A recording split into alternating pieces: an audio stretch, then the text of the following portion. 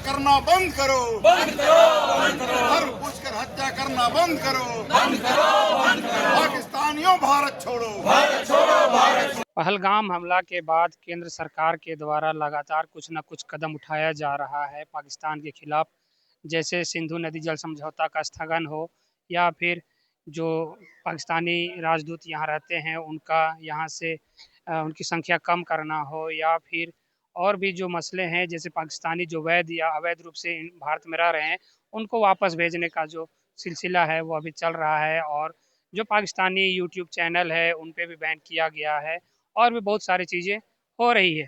इसी को लेके झारखंड बीजेपी आज यहाँ पे एकत्रित हुए हैं।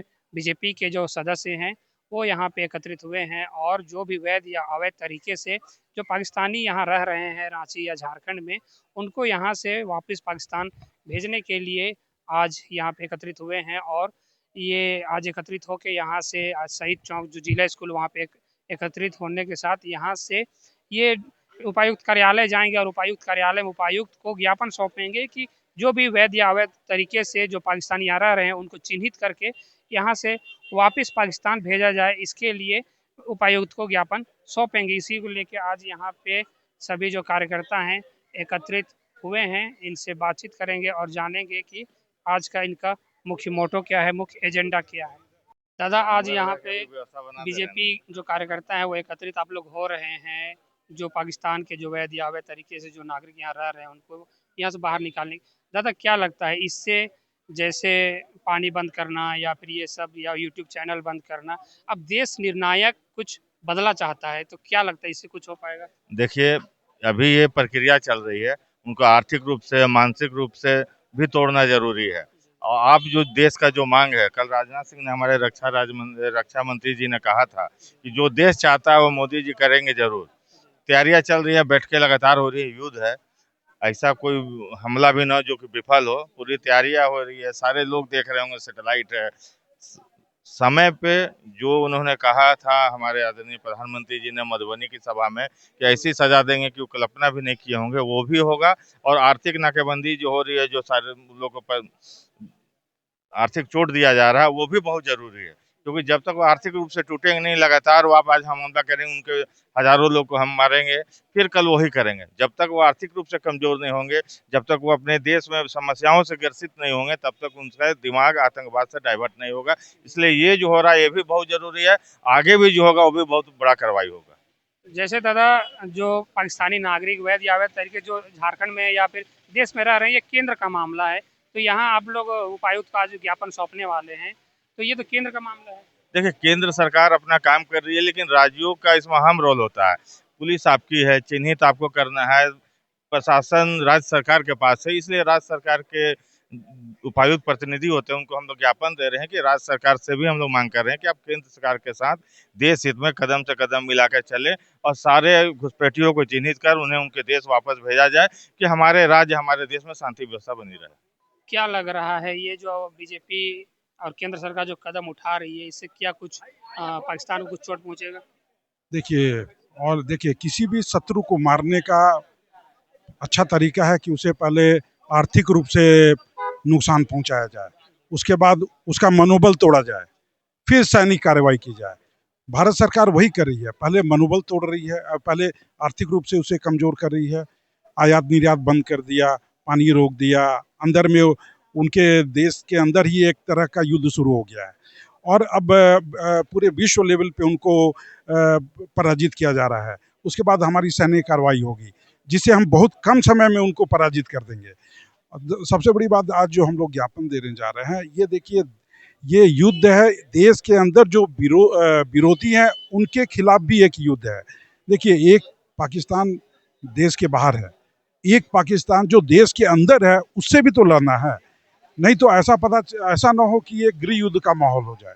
ये गृह युद्ध, चूंकि इतने गद्दार देश के अंदर हैं, उनको भी चिन्हित करना है। आप देख रहे हैं अभी कई जगह झंडा जो देशभक्त हमारे जला रहे थे, उनका भी देखिए विरोध शुरू हो गया कि झंडा मत जलाइए, और लोग मारपीट करने लगे, हत्याएं शुरू हो गई। अभी आप बेंगलोर में देखिए एक हत्या हो गई है, एक हमारे बहुत अच्छे देशभक्त थे, उनकी हत्या सरेआम हो गई, कल परसों की घटना है। इस तरह से बहुत सारी घटनाएं हो रही हैं। देखिए, ये एक युद्ध है, एक बाहरी युद्ध होगा, एक देश के अंदर भी युद्ध चल रहा है। जो गद्दार हैं उनको पहचानना होगा। जो हमारे देश के अंदर, देखिए, अब अगर केंद्र सरकार ने जो नियम निकाला कि पाकिस्तानियों को भेजो यहाँ से, तो देखिए कहाँ पता तो चल रहा कि कहाँ कहाँ कितने पाकिस्तानी हैं। सिर्फ पंजाब में 83,000 महिलाओं की शादी हुई है। अब सोच लीजिए उनसे कितना इंफॉर्मेशन हमारा जा रहा होगा विदेश में, पाकिस्तान को, हमारे शत्रु देश में। तो आप देख लीजिए, हमको बाहर से तो युद्ध लड़ना ही है, देश के अंदर जो हमारे गद्दार हैं उनसे भी युद्ध लड़ना है। यहाँ पे कुछ बीजेपी कार्यकर्ता, महिला कार्यकर्ता भी हैं, इनसे भी जानते हैं कि जो केंद्र सरकार जो कदम उठा रही है उससे क्या कुछ निर्णायक होगा, पाकिस्तान क्या उसे पस्त होगा। दीदी, क्या लग रहा है? देखिए, ये सब तो सिक्योरिटी पर्पस से है और उसको काफ़ी ही मतलब सीक्रेटली किया जाता है। तो वो जो सरकार का काम है, जो केंद्र सरकार का काम है, वो अपना काम बखूबी कर रहे हैं। हम लोग जो यहाँ पे आज इकट्ठा हो रहे हैं वो है झारखंड के जो गवर्नमेंट है, ये कायदे से ये काम उनको करना चाहिए था कि जितने भी पाकिस्तानी यहाँ पे बसे हुए हैं या जो मतलब अवैध रूप से भी जो रह रहे हैं, उन लोगों का विलंब यहाँ से दूसरे अपने उनके देश भेजा जाए। हम लोग इसके लिए सरकार को अभी ज्ञापन सौंपने वाले हैं डीसी ऑफिस में जाके कि इस पे त्वरित कार्रवाई की जाए। हालांकि दूसरे स्टेट्स इस पे बहुत ही तेजी से काम कर रहे हैं, बट हमारा स्टेट में इसमें शिथिलता है। तो हम लोग चाहते हैं, हमारी यही मांग भी है और हम लोग चाहते भी हैं कि जो जिस देश का है भाई वहाँ पे अपना जाए, खासकर पाकिस्तानी जिन्होंने इतना बड़ा कांड किया है हमारे देश में इस तरीके का, और घुसपैठियों की वजह से ही ये सारा प्रॉब्लम क्रिएट भी हो रहा है। तो हमारी यही मांग है कि हम उनको अविलंब यहाँ से भेजा जाए, चिन्हित करके। आप लोग लगातार बांग्लादेशी घुसपैठी का भी मुद्दा उठाते रहे हैं, तो क्या इसके माध्यम से उनको भी चिन्हित किया जाएगा?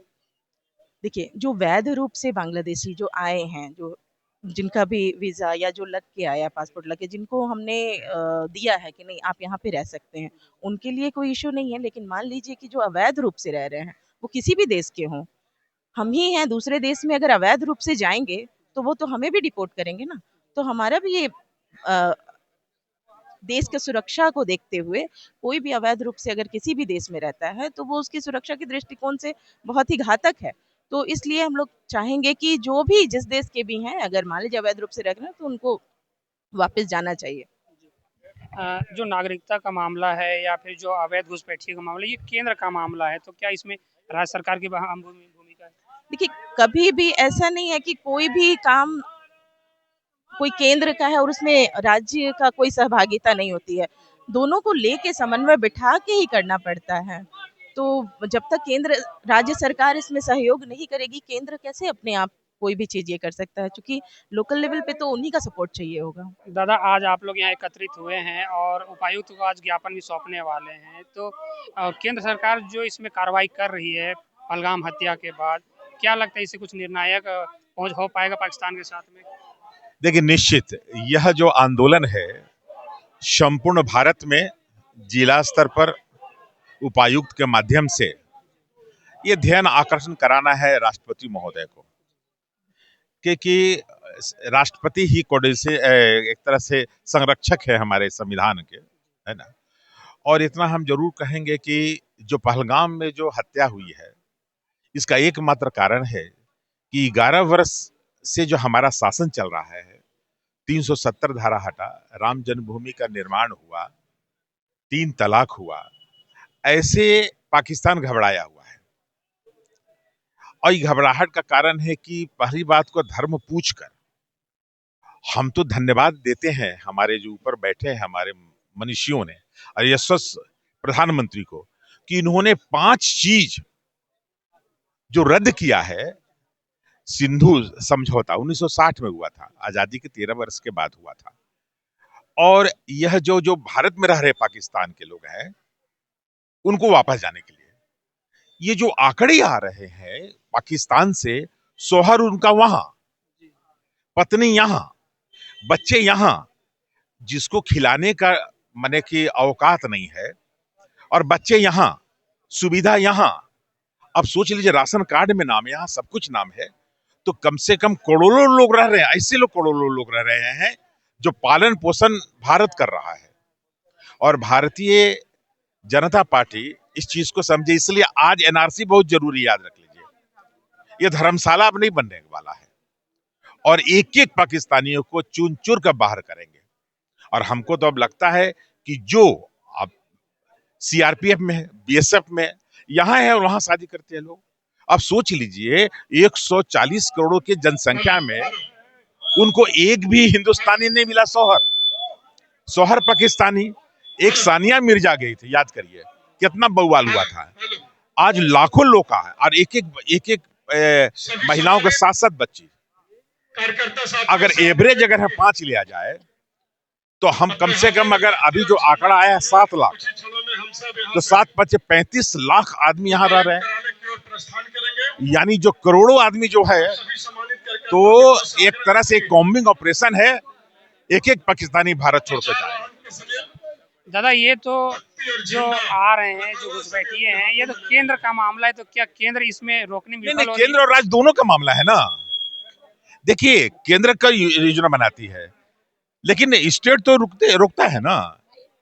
जैसे आपको 2006 में मैं जब घुसपैठ प्रारंभ हुआ था, तो मैं देवघर से लेके 6 जिले का पदयात्रा किया था, संथाल हुल के नाम से, देवघर आदिदेव और आदिवासी भोगनाडी तक।